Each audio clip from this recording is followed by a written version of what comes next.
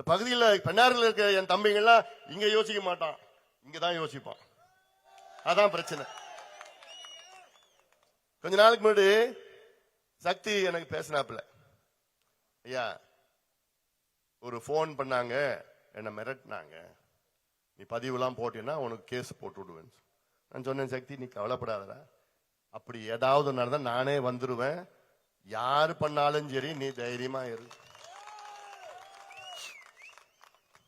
அப்புறம் அவங்க மச்சான்கிட்ட போன் பண்ண சொன்னேன், அவங்க மாமாட்ட போன் பண்ணி, இனி அவனாவது போன் பண்ணி மிரட்டினானுங்கன்னா நான் தொலைச்சு போட்டு விடுவேன். நானும் அமைதியா வந்துட்டு போயிட்டு இருக்கிறேன்.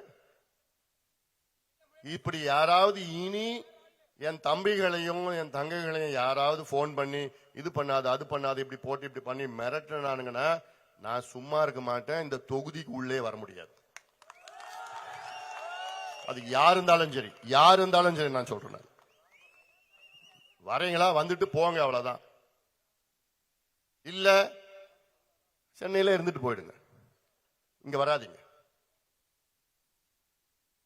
ஏன்னா இந்த மேடையில பார்த்திருப்பீங்க, அவ்வளோ கோபம் இருக்கு.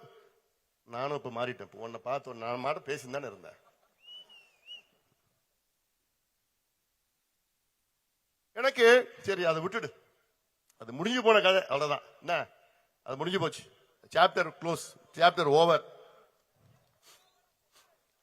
அடுத்தது அருள் சொன்ன மாதிரி அருளுடைய கோரிக்கை நிறைவேற்றப்படும், அவ்வளவுதான், முடிஞ்சு போச்சு.